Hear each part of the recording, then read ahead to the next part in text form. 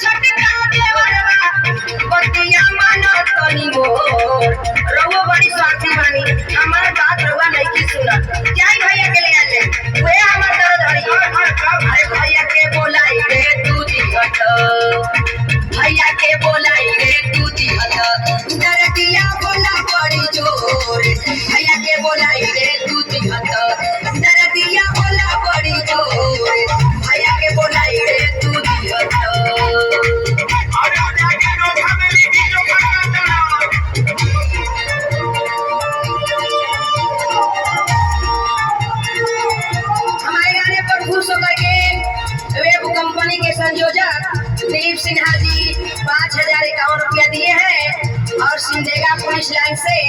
अरविंद सिंह सिपाही 2,051 रुपया दिए हैं। सभी दर्शकों को अपने तहे दिल से शुक्रिया अदा करती हूँ और इसके आगे क्या करती हूँ मुझे आप लोग और फरमाइएगा।